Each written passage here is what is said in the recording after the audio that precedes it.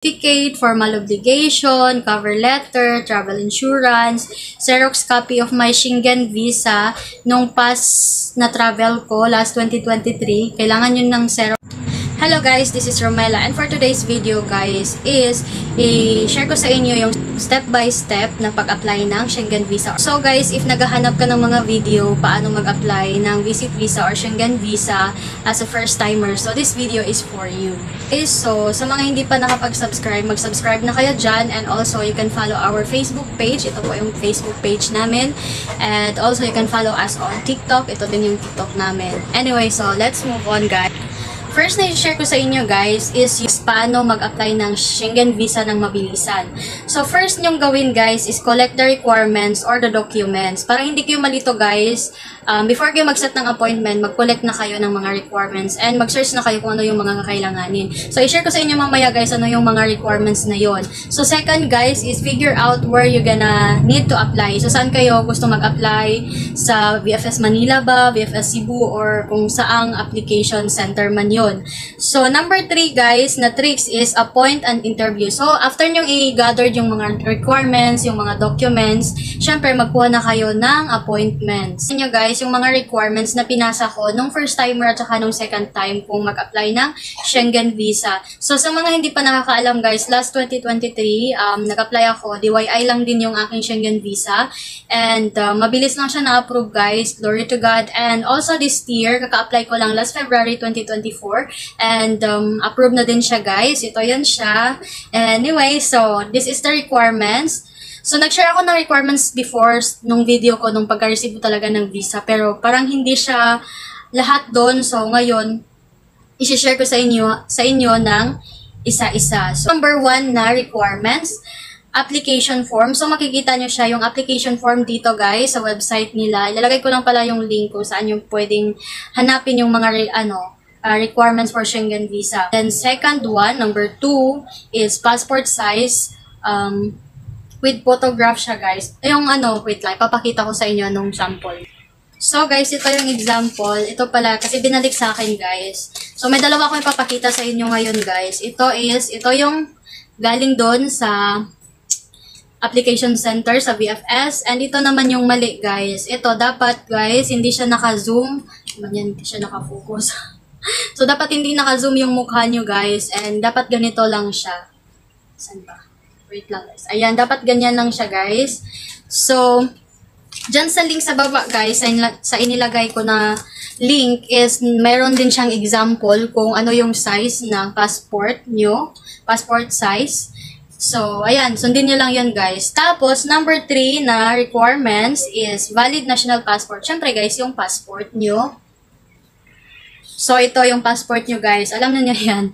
Anyway, number 4 naman is personal bank statement last 3 months. So, kung nagtatrabaho kayo, guys, yung payslip nyo, yung ipapasa nyo. Pero kung hindi kayo nagtatrabaho and then may personal bank naman kayo, kung yun siya, guys. I-print nyo lang yun, yung mga, pwede naman ata history or bank statement kung meron kayong mapagkunan. Pero kung wala talaga, yung na lang, yung mga transaction ba yun? Basta yun din yung ginawa ko kasi, guys. Number 5, guys, is Schengen travel insurance. So, insurance kailangan to, guys. Pero kami, guys, kumuha kami sa Payoneer kasi nga, mas mura siya and basta mas mura siya, guys. So, number 6 naman is proof of accommodation, proof of financial means. So, sa proof of accommodation, guys, yung pinasa ko dito sa number 6 is formal obligation po. Number 7 is proof of flight reservation or dummy ticket. So, saan ba pwedeng magkuha ng dummy ticket? So, meron daw, guys, pagkukunan ng dummy ticket. Hindi ko alam kung saan. Kasi kami, guys, kumuha talaga kami ng ticket. And, pwede naman siguro kayo kumuha ng reservation ticket. Pwede naman yun siya, guys.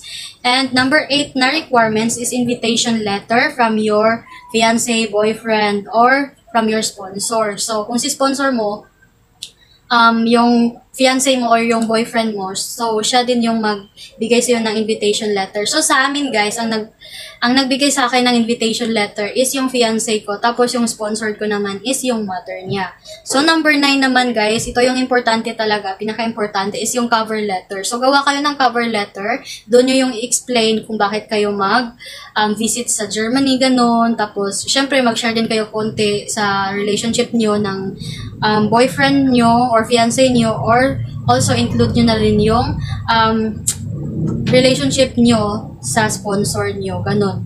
And then number 10 guys is proof of civil status.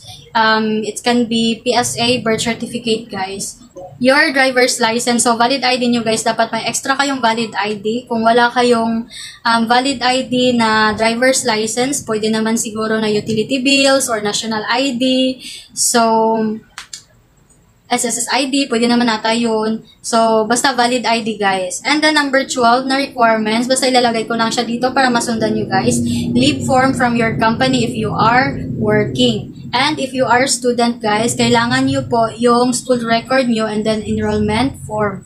And, guys, if hindi kayo nagtatrabaho, tapos hindi din kayo estudyante, so you don't need these papers. So, number 13, proof of relationship, guys. Ito is yung mga supporting documents nyo, syempre. So, proof of relationship, guys, nakalagay doon yung mga pictures nyo, yung mga conversation nyo, screenshot nyo lang, guys. And huwag nyo namang screenshot lahat ng conversation yung mga Zai. I-screenshot nyo lang po yung mga importante lang, at saka yung conversation nyo din sa sponsor nyo.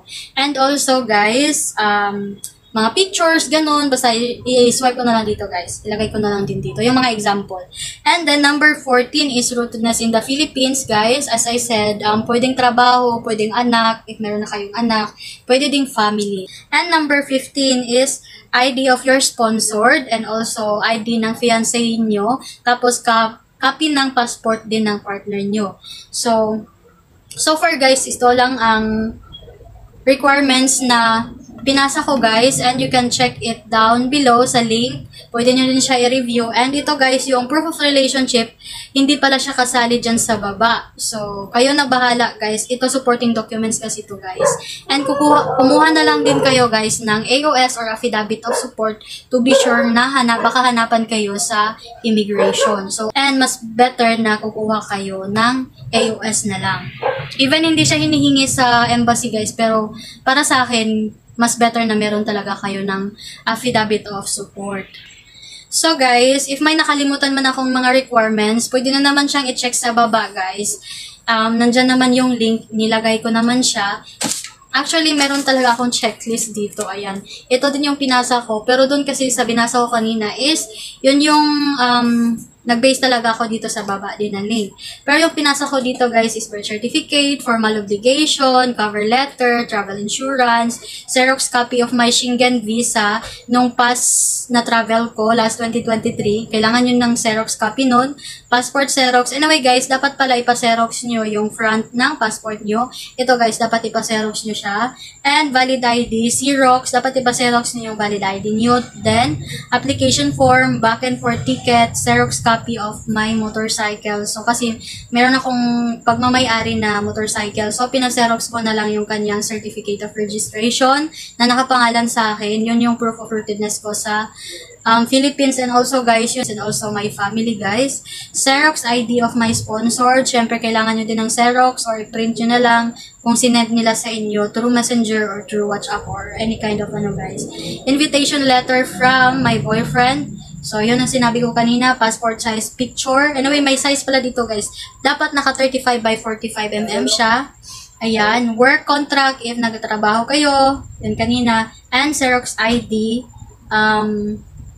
of my sponsor. Sinabi ko na ba yun kanina? Yes. Xerox copy of my sponsor. And if may trabaho kayo, work ID. So, yun na so far, guys. And tricks sa mabilis ang pag-apply talaga ng visit visa or Schengen visa. Dapat, guys, before kayo magkuha ng appointment, kailangan nyo, guys, nakakomplete na kayo ng requirements.